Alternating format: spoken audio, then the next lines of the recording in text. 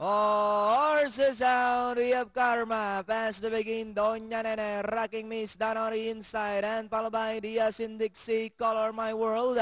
Doña Nene, the leader, by Oralenco, rocking Miss, is by the rail second, Karma, alongside Color My World.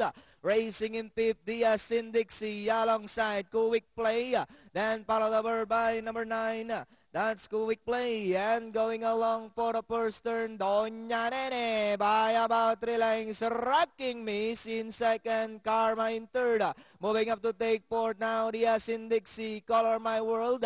Formidable Lela, Quick Play, Terrible Heart, Terrible Friend, and Gallant Warrior trails the field.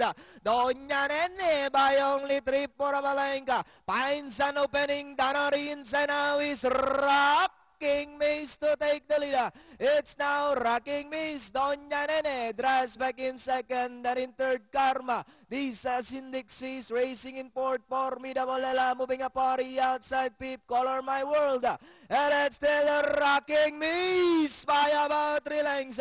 Karma now moving up to take second, Diaz in Dixie, Formidable Lela as they come down at the last 200. Rocking Miss now goes on by about 4 lengths.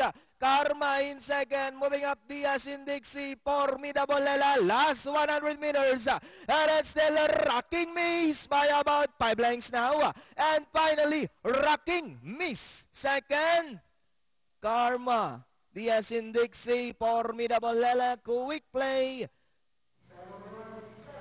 Yun.